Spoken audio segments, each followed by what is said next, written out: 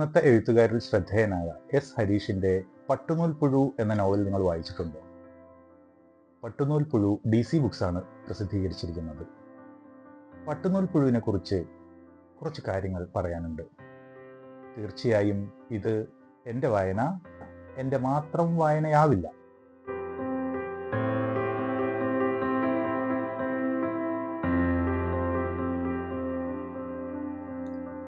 S ഹരീഷിന്റെ മീശ, അതുപോലെ August 17 തുടങ്ങിയ നോവലുകൾ വായനക്കാർക്ക് പരിചിതമായിരിക്കും.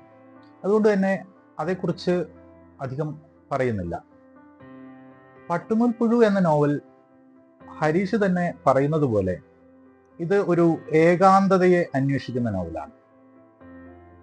എം മുകുന്ദൻ ഹരീഷിന്റെ നോവലിനെ കുറിച്ച് ഏകാന്തതയൊഴികെ ബാക്കിയെല്ലാം അതിനകത്തുണ്ട് എന്ന് നേരത്തെ പറഞ്ഞിട്ടുണ്ട്.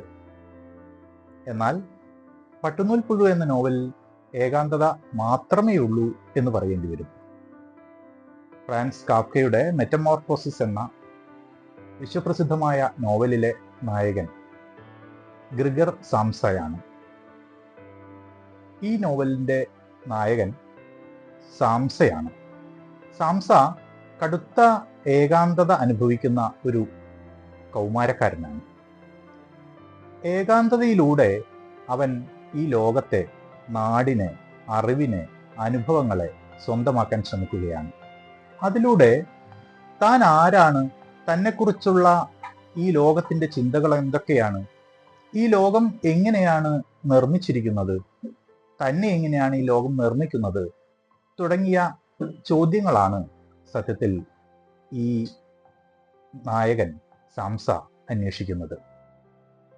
സാംസ ഹിന്ദുവായ വിജയന്റെയും ആനി എന്ന ക്രിസ്ത്യാനിയുടെയും മകനാണ്. അതുകൊണ്ട് തന്നെ രണ്ട് മതബോധങ്ങളുടെ കുടുംബ പശ്ചാത്തലത്തിലാണ് അയാളുടെ കുട്ടിക്കാലം കടന്നുപോകുന്നത്. ഏകാന്തത അതിൻ്റെ പരമോന്നതമായ അവസ്ഥയിൽ ഈ സാംസ അനുഭവിക്കുന്നുണ്ട്. ആ നാട്ടിൽ ഒരു വല്ലപ്പോഴുമൊക്കെ ഭ്രാന്ത് വരുന്ന ഒരു സ്റ്റീഫൻ എന്നൊരു കഥാപാത്രമുണ്ട്. ഈന്തുമരത്തിൽ കെട്ടിയിട്ട് അവനെ ഭ്രാന്തിന് ചികിത്സിക്കുന്ന നാട്ടുകൂട്ടമുണ്ട്.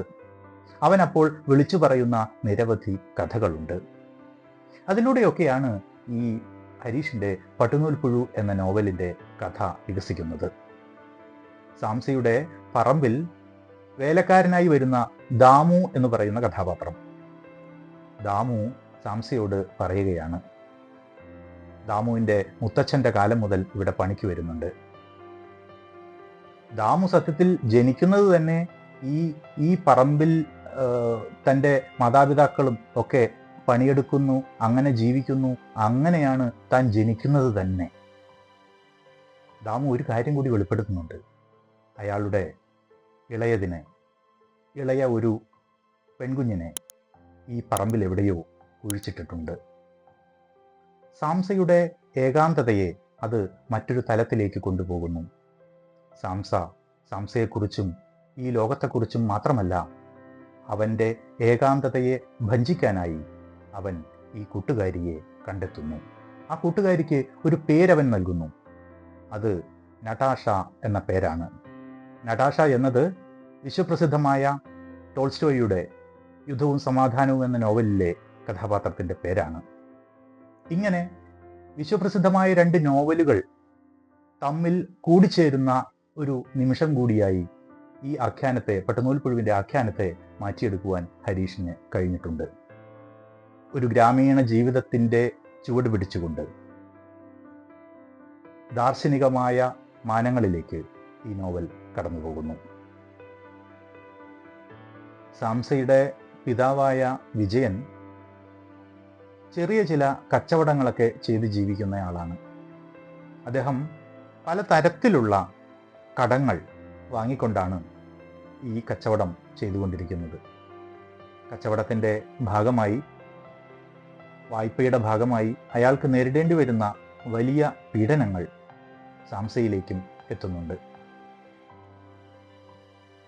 മറ്റൊരു പ്രധാന കഥാപാത്രം ആട്ടിൻ ലേഹ്യം ഉണ്ടാക്കാനായി വരുന്ന ചില ആളുകളാണ്. ഗ്രാമങ്ങളിൽ അങ്ങനെ പതിവുണ്ടായിരുന്നല്ലോ.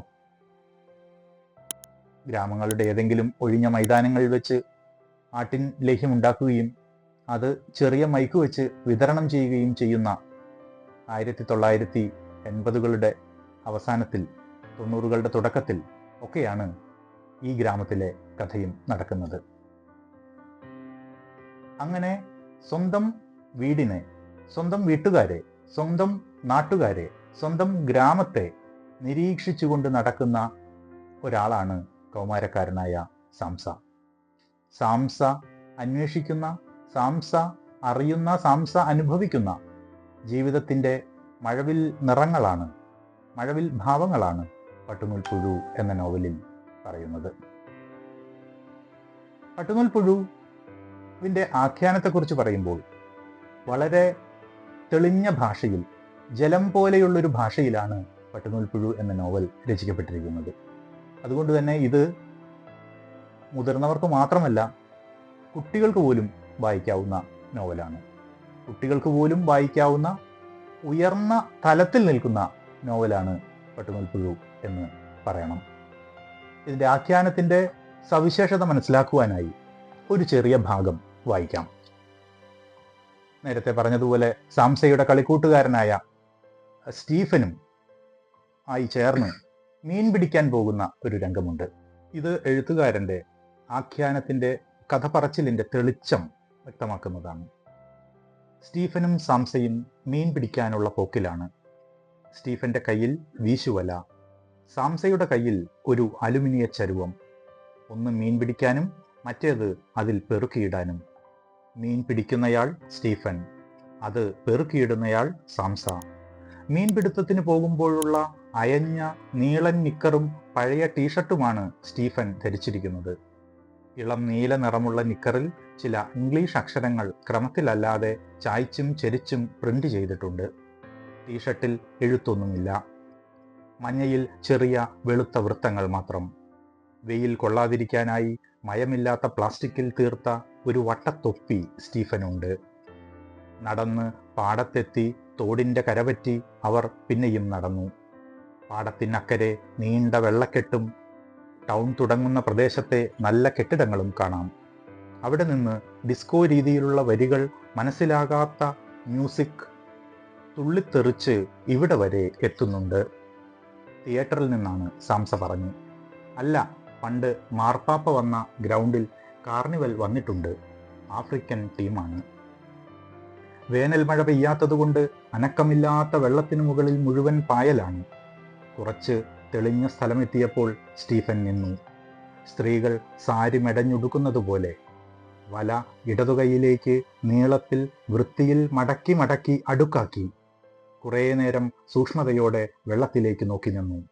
എന്നിട്ട് കൃത്യമായ വൃത്തത്തിൽ ടൗണിൽ നിന്ന് വരുന്ന മ്യൂസിക്കിനെ കുരുക്കാനെന്ന പോലെ താളത്തിൽ അത് വീശിയെറിഞ്ഞു. വല താഴ്ന്നു പോകാനും മീനുകൾ കുടുങ്ങാനും സമയം നൽകി കാത്തുനിന്നു. എന്നിട്ട് വലിച്ച് കരയ്ക്ക് കയറ്റി ഒരറ്റ മുതൽ കുടഞ്ഞു നോക്കി. 2 തുപ്പലുകൊത്തി മീനുകൾ മാത്രമേ കരയ്ക്ക് കിടന്ന് പിടച്ചുള്ളൂ. സാംസ അതുങ്ങളെ തിരികെ തോട്ടിലേക്ക് എറിഞ്ഞു. മെച്ചമില്ലാത്ത സ്ഥലം വിട്ട് അവർ ദൂരേക്ക് നടന്നു. ഇങ്ങനെയാണ് ഇതിൻ്റെ ഒരു കഥ പറച്ചിലിൻ്റെ രീതി. കഥ പറച്ചിലിൽ ആദ്യം മുതൽ അവസാനം വരെ ഒരു കുട്ടിത്തമുണ്ട് എന്നുള്ളതാണ്. ഈ കുട്ടിത്തമാണ് ഈ പട്ടുനൂൽ പുഴുവിനെ ഒരു മികച്ച നോവലാക്കി, ആഖ്യാനമാക്കി മാറ്റുന്നത്.